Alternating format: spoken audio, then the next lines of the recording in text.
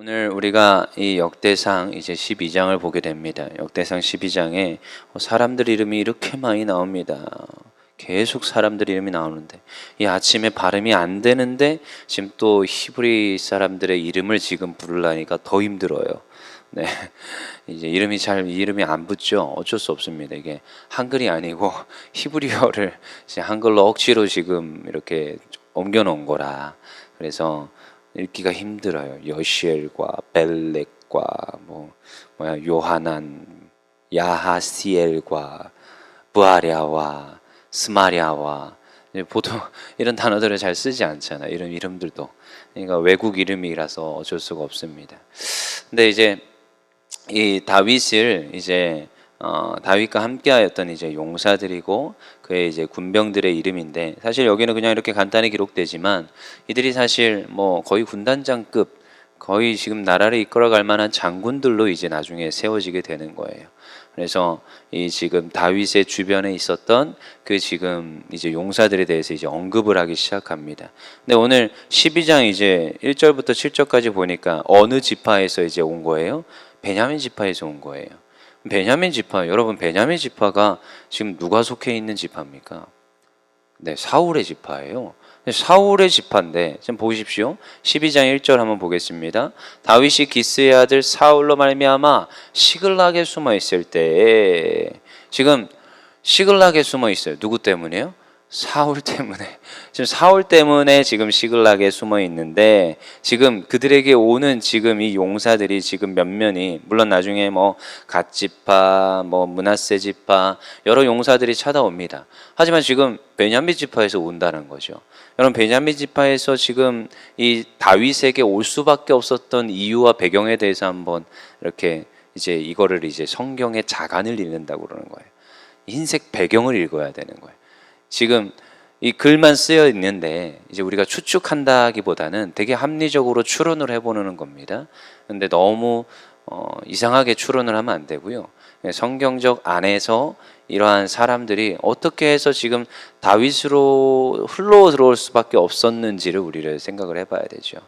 여러분, 옛날이나 그렇고 지금도 그렇고, 여러분 사실 그 정말 실력 있고 뛰어난 자들은 항상 시기와 샘을 당하게 되어 있습니다. 옛날이나 지금이나 그래요. 제가 그래서 옛날에 정말 아버지랑 밥을 먹으면서 뉴스를 보면서 한탄을 했었어요. 어떻게 이렇게 인물이 없을까요? 하면서 이제 제가 한탄을 했었죠. 그래서 제가 이제 질문을 하는 거예요. 한탄을 하면서 TV를 보면서 밥을 먹으면서 아버지한테 질문을 하는 거예요. 왜 인물이 없을까요? 그러더니 아버지가 딱 한마디를 하셨어요. 인물은 나오지를 않는다 이러더라고요. 지금 정말로 청렴결백하고 정말 실력이 있는 사람들은 정계로 뛰어들지 않는다는 거예요. 그 말이 무슨 말인지를 몰랐는데요. 시간이 지나면서 벌써 10년 전에 제가 물어봤던 거였는데, 10년 전에 제가 정계를 봤을 때도 그랬거든요. 근데 요즘도 그래가지고, 그래서 제가 항상 이 투표가 가까이 오면 물어봅니다. 누구한테 물어보겠어요? 네, 물어봅니다. 그러면은 어떤 사람 뽑아야 됩니까? 이러면 항상 하는 말이 동일하세요. 덜 나쁜 사람 뽑아라. 그 말에 의미가 있어요. 덜 나쁜 사람 뽑아라. 저도 누가 물어보면 항상 이렇게 말해줍니다. 덜 나쁜 사람 뽑으세요.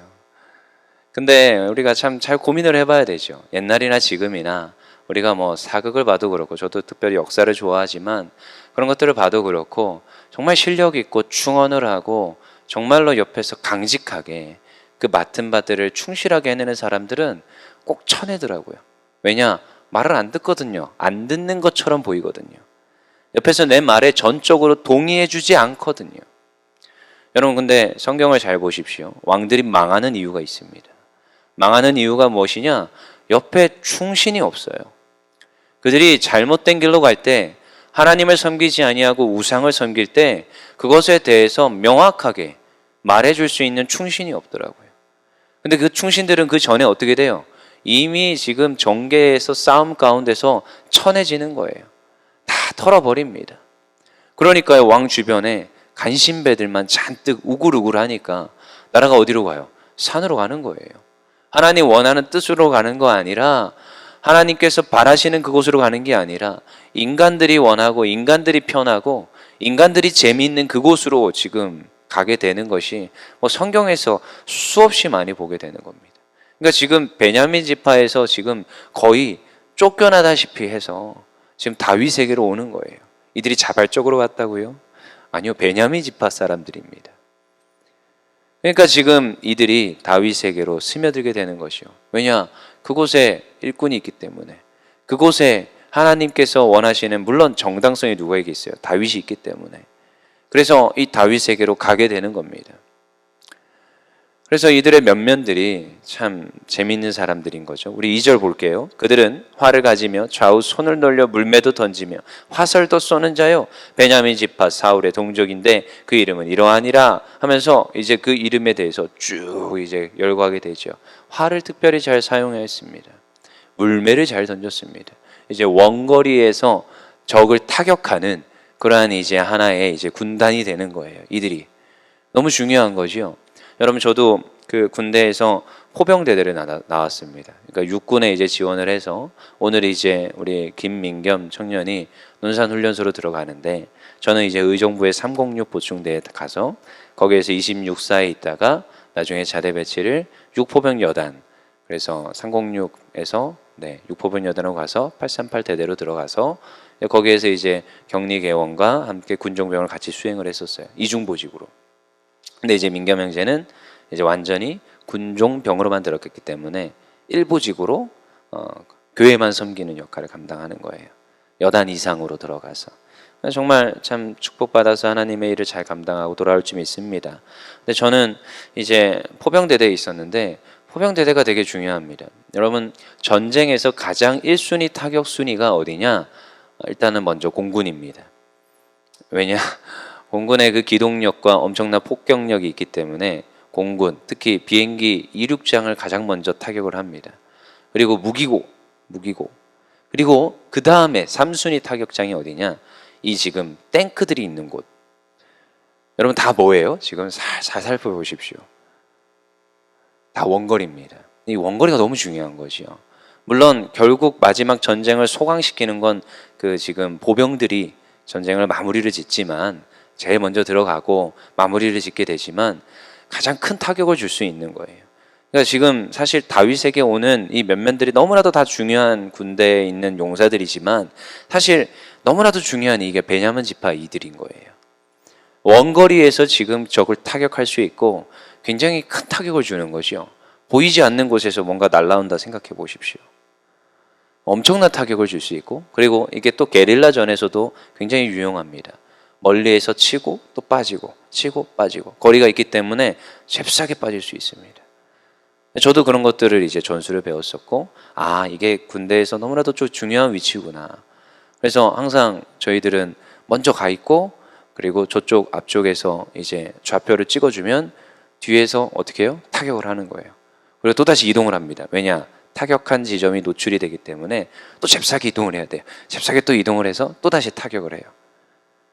그런 이제 것들을 보면서도 이 군대에서 너무나도 중요한 것들이구나. 그래서 이 지금 다윗을 이 도운 이 베냐민 지파 이 사람들은요, 특별히 어떻게 보면 눈물 가운데, 정말 고난 가운데 원통한 자들이 모였어요. 그렇지만 하나님께서는 이 다윗에게 누구를 보내요? 일꾼들을 보내는 거예요. 다윗과 함께하여서 하나님께서 다윗에게 기름 부은 것을 이루실 하나님의 용사들, 하나님의 군대들을 보내주는 겁니다. 그래서 어떻게 해요? 결국은 끝끝내 다윗이 승리하게 하고요, 끝끝내 다윗이 결국 이 나라를 통일하게 하게끔 하는 것이 하나님의 도우심이라는 거예요.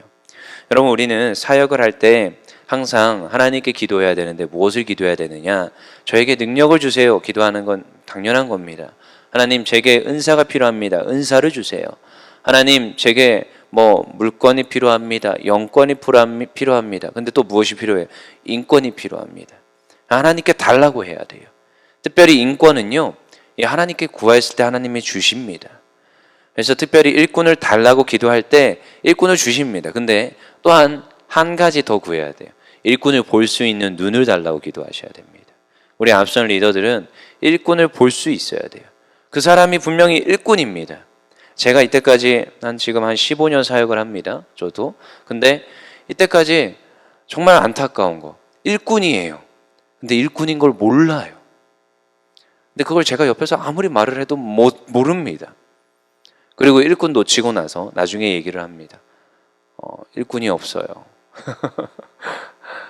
그런 게 안타깝죠. 왜냐하면 교회는 참 그런 게 좀 안타까운 게 있어요. 근데 그 질서를 제가 어그러뜨리고 싶은 건 아니지만 교회에는 질서가 있습니다. 목회자도 있고 장로님도 있고 권사님도 있고 집사님도 있고 평신도도 있고 직분자와 또 평신도 또 이렇게 나눠지기도 하지만 여러분 근데 하나님 나라의 일꾼은요 평신도 권사 장로 이런 게 아닙니다. 누구나 하나님의 일꾼이에요. 물론 아직 조금 더 훈련을 받아야 되고 조금 더 하나님께 더 연단을 받아야 되는 그 경우가 있습니다. 그렇지만 반짝반짝 빛나는 그 일꾼이 있어요. 그럼 어떻게 해야 돼요? 일꾼을 잡아야 됩니다. 일꾼을 키워야 됩니다. 여러분 성경에서는 제자를 키우라고 말합니다. 제자를 훈련시키라고 합니다.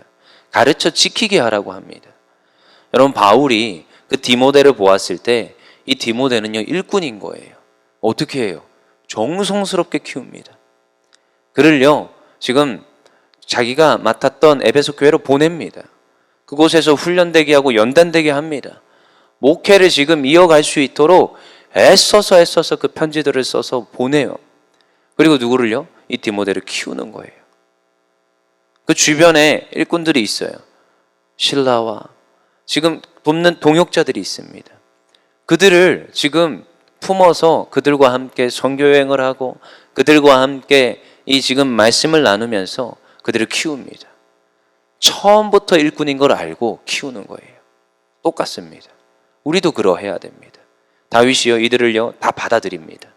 갓 지파에서 온 이들, 베냐민 지파에서 온 이들, 므낫세 지파에서 온 이들 다 받아들입니다. 그들이요 초석이 됩니다. 이들이 그냥 갑자기 장군이 됐다고요? 아니요.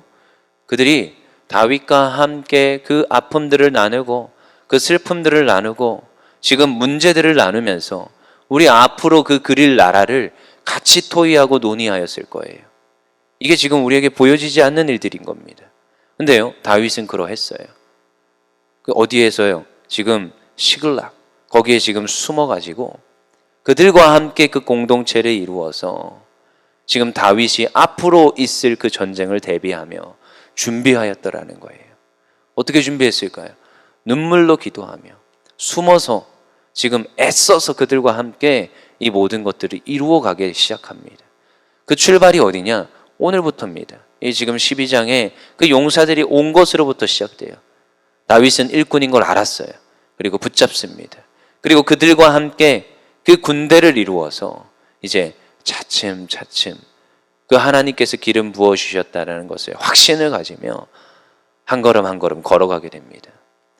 여러분 우리 인생 가운데서도 하나님께서 반드시 하나님의 돕는 군대를 보내주심을 믿습니다. 하나님은 우리에게 약속하신 바를 이루시기 위하여서 우리의 필요를 채워주시는 하나님이신 줄 믿습니다. 그래야 했을 때 우리가 힘을 모으고 연합하여서 정말 그 동역자와 함께 그 일꾼과 함께 하나님의 나라를 이루며 하나님의 일들을 이루어가기를 원합니다. 그래야 마지막에 하나님 앞에 섰을 때 잘했다 충성된 종아 칭찬받는 주의 백성들 되기를 원합니다. 이 시간에도 그러한 기도 제목 붙잡고 기도하기를 원합니다.